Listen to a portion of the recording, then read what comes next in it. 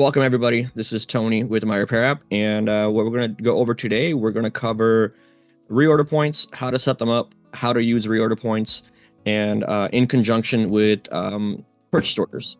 And so it's real simple, real easy. We're going to go through it pretty quick. So this is the main dashboard. To access the purchase order section, you're going to click on the admin dashboard.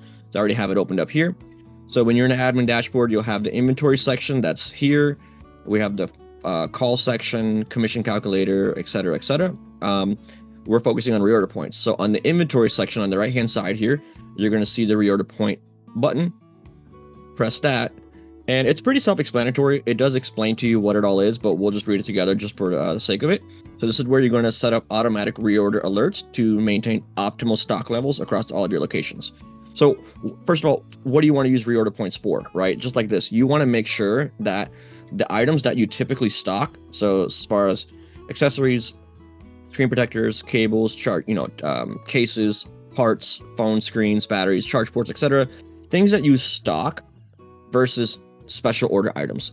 So there's a lot of items that we probably are not going to stock, right? You're probably not going to stock iPad 12.9 inch 7th gen or 13-inch displays, right? You're not going to keep them in stock. Usually, I would say most shops are not going to. That's something that would be a special order. Whereas iPhone 11 iPhone screens, Samsung's, batteries, all that is typically what you would stock. This is going to help you maintain a healthy stock level. So when you sell, you're not just relying solely on memory or physically going and checking what you have in stock. You can rely on the system to tell you. And even if you're a solo operator, it's really important to get in the habit of doing this. So that way, when you do hire, it's much easier to train your new hire. You're not restarting from scratch and learning a new system alongside your hire. You're going to teach them how to do it the right way, right? So doing it yourself first, even as a solo operator, is super important. It will allow you to also know all the nuances and also know what's normal in your business versus operating, again, looking at your shelf and going, okay, I have 3 of those, 2 of those, time to order. Using reorder points in the system is really going to help you streamline your business. So when you do hire, or if you do scale and open more locations, you can manage your business remotely. And I think that's what most of us want. We want the ability to be able to operate our business outside of the business. So if I'm not at the store, I can still take care of business. So right here, to understand reorder points, so ROP, the reorder point, this is when stock drops to this level, you will get an alert to reorder. So right here is the ROP. This is the reorder point. So once your inventory levels would hit this number, you'll be notified. So for instance, in this particular device here, we have 25 and 25, right? So it shows stock distribution. If I had multiple locations, it would show which locations they're tied to. So this is your store name. And then here, so it'll show total stock. So this one has this alert icon because it's under 25. This one does not have any sort of icon next to it because it's above 25. That's going to be your reorder points. Reorder amount, your ROA, is how much you are going to order when you hit that ROP. So once you hit this stock level, whatever it is you choose, right? So for instance, if it's anything other than an iPhone 11 screen, typically most shops, you're looking at maybe a few at a time in stock. You're not going to keep 20 screens in stock. Maybe HDMI ports, sure, that's definitely something you could probably stock hundreds of, because if you're buying in bulk, you're getting a great deal. But typically, if it's LCDs, you're only stocking between 2 to 5 on average. So this is just a crazy exaggeration here.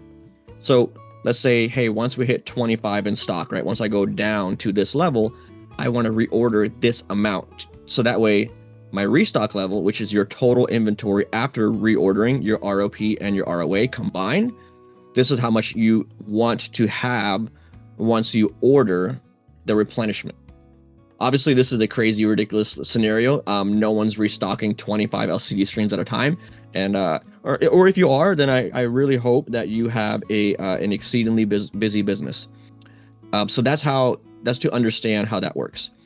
Then if you want, also, you can filter by your locations. You can look at all your locations or one location at a time. If you have locations that have different stock levels and different levels of business that you don't want to, you just kind of want to make it easier to see. Because if you have a lot of locations and you have a lot of items in your reorder point, this can definitely get a little cluttered. So it's easier to potentially look at one location at a time. eventually. So on the right hand side of each item, you'll see an edit button and a delete icon. So if I hit delete, it'll just delete that straight out of my my reorder points.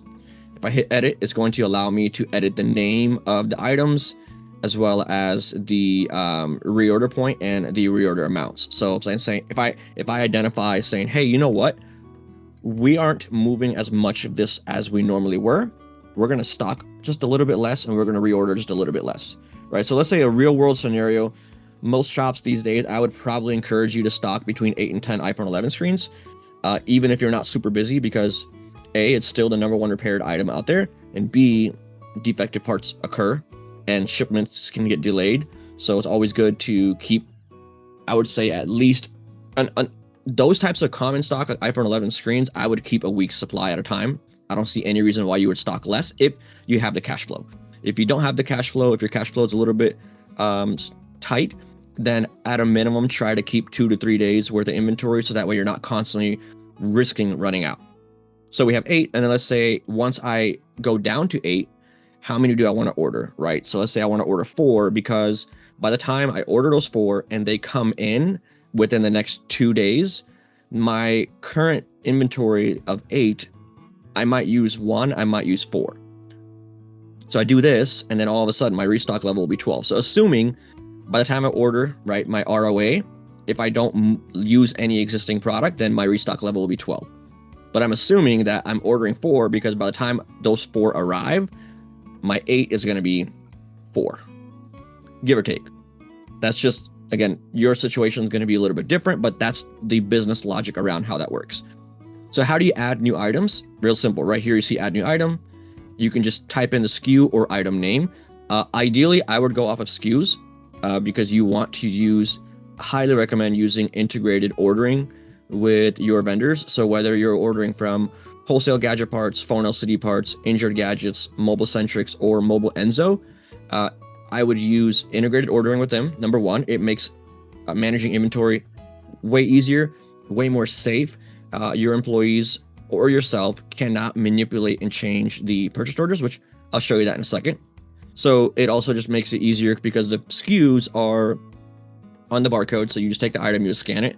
So there's very, very little chance of making a mistake and accidentally putting in the wrong device. So for the purpose of this argument or this demonstration, I don't have a barcode scanner on me, but I'm just going to put in iPhone 12 OLED. And so there we go. I have 6 in stock. So I have them in at 2 different stores. So if I want to filter by one location, you can see that filter right there. So each location has 6 in stock, and actually, sorry, your store name has 6 in stock. And so if I just go your store name here, yeah, your store name here has 6 in stock. I don't have a reorder point. I do have a reorder amount. So again, you would just hit edit, and we're just gonna go down here. And again, once we maybe have 3 in stock, I'll reorder 3 more. Right, so that it's pretty straightforward, and you can just keep on adding more items. So if I had, let's say, PS5 HDMI, I can add that back in, and same concept. Now, what we added recently is this button right here, bulk group add. This will allow you to, this is basically going to allow you to create reorder points on groups. So not recommended on all items, because most items you're going to stock different levels, right? You're going to stock more iPhone 11 screens than you're going to stock an iPhone 16 Pro Max screen. So I wouldn't use a group for iPhone screens for this. That wouldn't work. But typically what this would work best on is like accessories, right? So you're probably, if you're stocking charging cables, or let's say audio stuff, you would have so you have like a group for screen protectors. So all your different types of screen protectors, once you hit, you know, a certain level in inventory, set the reorder point, audio, etc. So for instance, let's say this one, I can choose cell helmet because I have a group named cell helmet.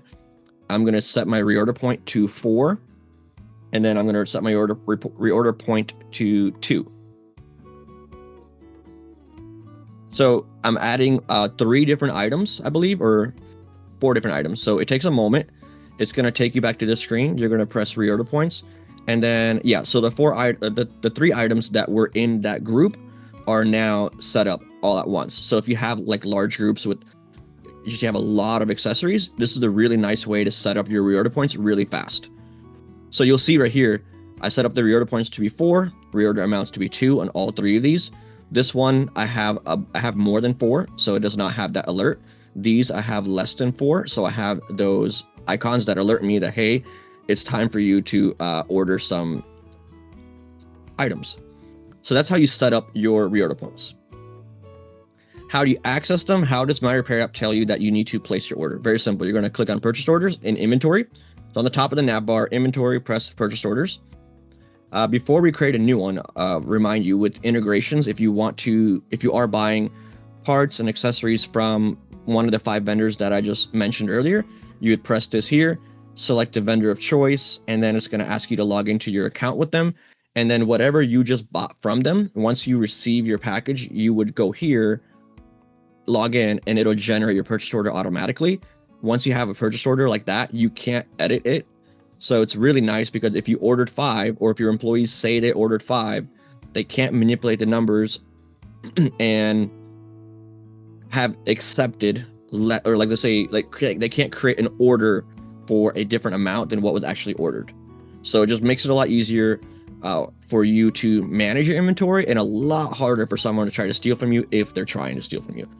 Now, I know all of us have perfect employees, but unfortunately, theft can occur. And so I would recommend using integrated ordering because A, it's going to save you time, and B, it will reduce the risk of potentially parts or items growing a pair of legs and walking out the door. So purchase orders, you like that now, Taylor? Yeah, okay, there we go. I heard that one a couple years ago and I had to go with it. So when it comes to reorder points and knowing what to reorder, so I'm gonna, in my purchase order, when I'm creating a new purchase order, I'm gonna press on the to reorder list here. And in this list, you'll see other items that we didn't set a reorder point for. These are items that are in back ordered status, and we need to order these as well. So you'll see the items that we just added, right? So we have the Bluetooth speakers from Cell Helmet, and all the other stuff here. And so also, if you have a reorder point set for an item that was on a ticket, it is tied to a customer. Let's say you have an item, a part attached to a ticket, but it's not in stock. It'll actually tell you here the name of the customer and that ticket that part was used on. So when you are placing your order, you can put that information in your notes of your purchase order. So that way, when the part comes in, it's just an easy way for you to identify, hey, who am I, who is this part for, right? Because especially if it's something that's not like what we would call common stock, if it's a special order part, this is a good way to just copy paste the customer's information, and that will remind you when the package comes in. Because if you're not the one that ordered that part, you may open the package and go, well, I don't know who this belongs to. If you look at the notes in the purchase order, you can see, oh, okay, so this case or this part came in for X customer, time to notify them that their part arrived. So what I can do from here is I can select my reorder points. So whatever I want to reorder, I can press it here and hit add items, and it'll automatically add the items to my purchase order. If I want to add all of them, I can just go back and hit that button here, and then it'll generate everything. So if you have a large list, it just generates that purchase order really quickly. Now, that's probably not the most recommended method of doing it if you order from various vendors, because what I would recommend is having one purchase order per vendor. So for instance, for this purpose of this demonstration, let's say we're ordering from one vendor and I'm buying whatever, just these items here, but I still want to use integrated purchase orders. I don't want to operate off this. I would take these SKUs and copy and paste it into the shopping cart of the company I'm buying from, and then just make sure that I get the proper quantity that I'm supposed to buy. Certain vendors, I believe they have the ability for you to you can export the CSV here.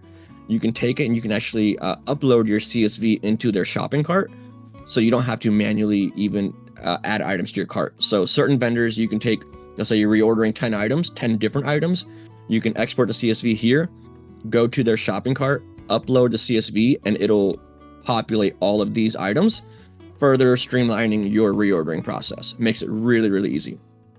And again, once you do that, once you have placed your order from this list, I would personally delete this, get rid of that purchase order, because Once that package arrives, then I'm going to go to the integrated vendor of choice, click on their name, log in, and then have it generate the integrated purchase order. So that way it's something you can't mess with it again, right? So that way your employees or anyone can't intentionally or unintentionally make a mistake. Another benefit, the last benefit of the integrated purchase orders is it allows you to verify that everything that you ordered was received. Because sometimes some of these vendors can make mistakes. It happens, right? They as good as they are ran by humans, and occasionally you'll open a package, you may have ordered 3 of something and maybe got 2.